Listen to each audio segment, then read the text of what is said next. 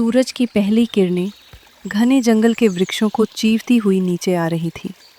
एक विशाल बरगद के पेड़ के नीचे आदित्य अपनी पत्नी मोहिनी को जगा रहा था। जागो मोहिनी, अपनी आंखें खोलो। देखो, सूर्य देव ने अपनी स्वर्णिम आभा बिखेर दी है। अब आलस्य त्यागो और इस सुंदर सुबह का स्वागत करो।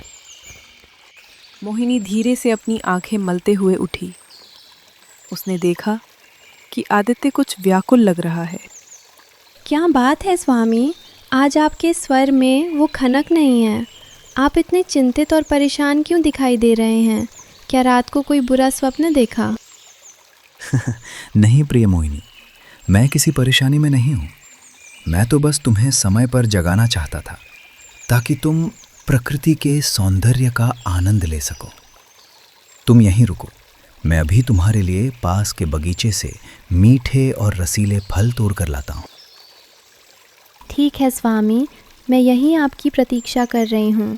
संभल कर जाइएगा। आदित्य तेजी से छलांग लगाता हुआ फलों की तलाश में निकल गया।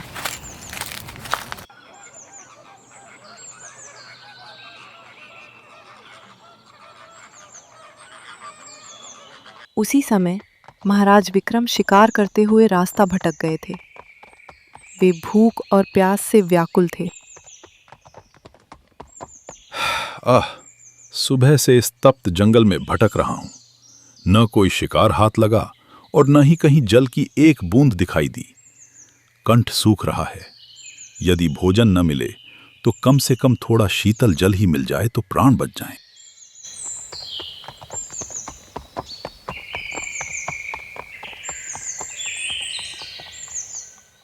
तभी थोड़ा आगे बढ़ते ही राजा की नज़र एक निर्मल सरोवर पर पड़ी। वे तुरंत वहां पहुंचे और भर पेट पानी पिया।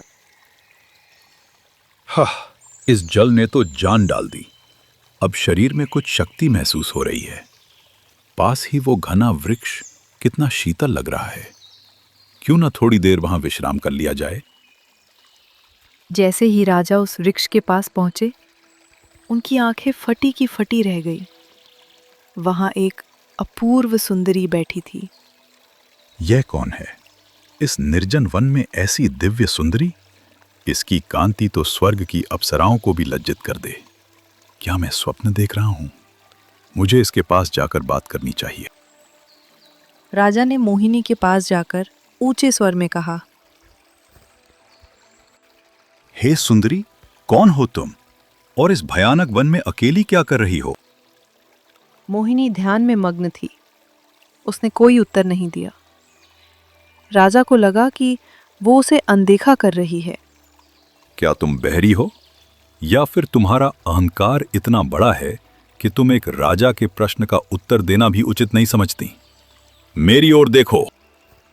मोहिनी चौंक कर उठी।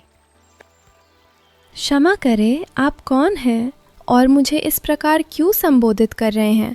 मैं आपको नहीं जानती। मैं इस राज्य का स्वामी महाराज विक्रम हूं। सुंदरी, तुम इस जंगल में किसके लिए बैठी हो? तुम्हारा सौंदर्य महलों की शोभा बढ़ाने के लिए है, इन कांटों के बीच रहने के लिए नहीं। मेरे साथ चलो, मैं तुम्हें अपनी पटरानी बनाऊंगा। महाराज, अपने मुख से ऐसे शब्द मत निकालिए। मैं विवाहित हूँ। मेरा नाम मोहिनी है और मैं अपने पति के साथ इसी वृक्ष पर निवास करती हूँ। वे फल लेने गए हैं और मैं उनकी प्रतीक्षा कर रही हूँ। कृपया आप यहाँ से चले जाइए। एक मामूली इंसान के साथ इस जंगल में? मूर्खता मत करो मोहिनी। मेरे महलों में तुम्हारे चरणों में दास दासियों की लंबी कतार होगी। तुम स्वर्ण और रत्नों से लदी रहोगी। चल मेरे साथ। नहीं, मेरे लिए मेरा पति ही सर्वस्व है और यह वृक्ष ही मेरा महल है। मुझे आपके धन और वैभव का कोई मोह नहीं है। राजा के सिर पर वासना और अहंकार सवार था। उसने बलपूर्वक मोहिनी का हाथ पकड़ा। लगता है तुम प्रेम की भाषा नहीं समझती। अब मैं तुम्हें अपनी शक्ति से ले जाऊंगा। मोहिनी चिल्लाती रही, लेकिन राजा ने उसे उठाकर अपने घोड़े पर बैठाया और महल की ओर निकल पड़ा।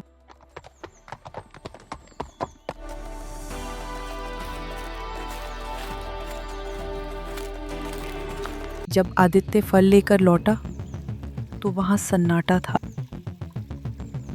मोहिनी, देखो मैं तुम्हारे लिए कितने मीठे फल लाया हूं। तुम कहां हो?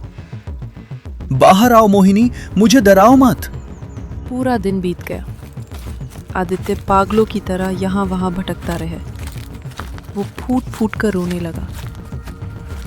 तुमने तो वचन दिया था मोहिनी कि तुम कभी मेरा साथ नहीं छोड़ोगी। फिर मुझे इस एकांत में तड़पने के लिए क्यों छोड़ दें?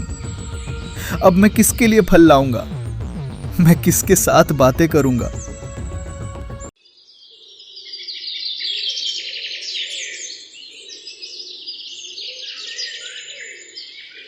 उधर महल में मोहिनी ने राजा की हर बात ठुकरा दी थी। मान जाओ मोहिनी, कब तक उस गरीब और भिखारी इंसान को याद करोगी? मुझसे विवाह कर लो।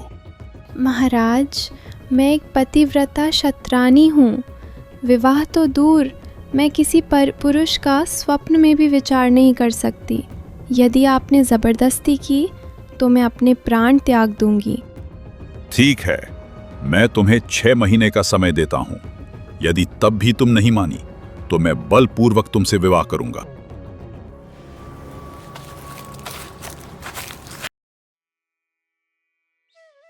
स्वामी, आप कहाँ हैं स्वामी? मुझे पता है आप मेरे लिए परेशान हो रहे होंगे। स्वामी, मैं ऐसा क्या करूं जिससे हम दोनों की फिर से मुलाकात हो? मैं ऐसे हार नहीं मान सकती स्वामी। मुझे आपसे मिलने के लिए कोई योजना बनानी ही होगी। मोहिनी ने समय काटने और अपने पति को खोजने के लिए एक युक्ति सोची। दासी, जाइए और महाराज को कहिए कि हमें बंदरों का नृत्य देखना पसंद है।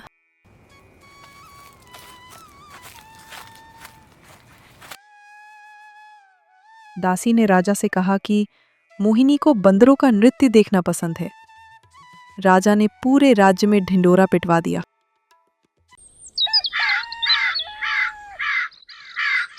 एक दिन रामू लोहार अपनी पत्नी की बातें सुनकर और इनाम की लालच में बंदर की खोज में जंगल गया।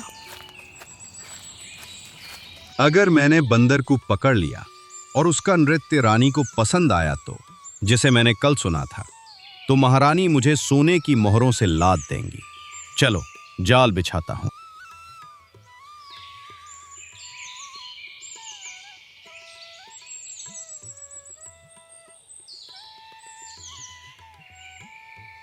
मोहिनी, तुम कहाँ हो मोहिनी?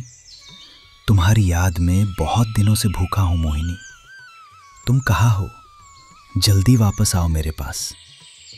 आदित्य, जो भूख प्यास से बेहाल था, रामू के फैलाए केलों के लालच में नीचे उतरा और जाल में फंस गया। महल के दरबार में रामू लोहार आदित्य को लेकर पहुंचा। मोहिनी ने जैसे ही उस बंदर को देखा, वो पहचान गई कि ये उसके स्वामी हैं।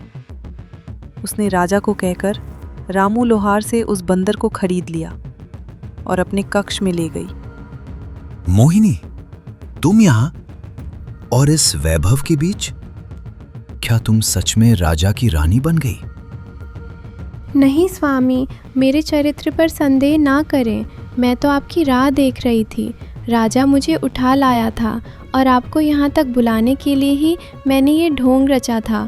मैं आज भी आपकी ही हूँ।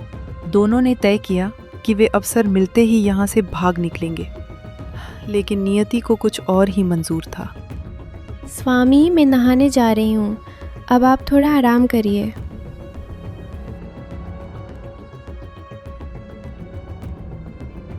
जब मोहिनी स्नान के लिए गई थी, कक्ष में एक विषैला सर्प निकला और उसने सो रहे आदित्य को डस लिया। मोहिनी जब वापस आई तो उसने आदित्य को बेजान पाया। जब उसने आदित्य के ठंडे शरीर को छुआ तो वो दहाड़े मारकर रोने लगी। स्वामी, उठिए। आप ऐसे शांत क्यों हैं? देखिए, मैं आ गई हूँ। हमसे बात कीजिए स्वामी। तभी राजा विक्रम वहां पहुंचा। क्या हुआ मोहिनी? तुम एक बंदर के लिए इतना प्रलाप क्यों कर रही हो? वह तो पशु था। मैं तुम्हारे लिए 1000 बंदर मंगवा दूंगा। चुप हो जाइए महाराज। ये कोई पशु नहीं, ये मेरे पति थे।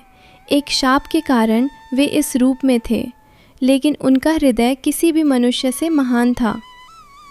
आपने हमें अलग किया और आज मृत्यु ने उन्हें मुझसे छीन लिया। क्या ये असंभव है? एक स्त्री और एक वानर पति पत्नी कैसे? सत्य कड़वा होता है महाराज। आपने जिसे तुच्छ समझा वही मेरा संसार था। अब उनके बिना मेरा जीवन व्यर्थ है। तभी वहां एक दिव्य रोशनी हुई और अचानक वहां एक दिव्य ऋषि प्रकट हुए। पुत्री, शांत हो। ये वानर वास्तव में एक राजकुमार है जिसे एक श्राप के कारण पशु योनि मिली थी। इस श्राप का अंत तभी होना था जब कोई उसे पशु रूप में भी निस्वार्थ प्रेम करे और उसके वियोग में अपने प्राण त्यागने को तैयार हो जाए। ये आप क्या कह रहे हैं ऋषिवर? मैं कुछ समझ नहीं पा रही हूँ। तभी ऋषिवर ने बंदर के मुंह में जल डाला। चमत्कार हुआ।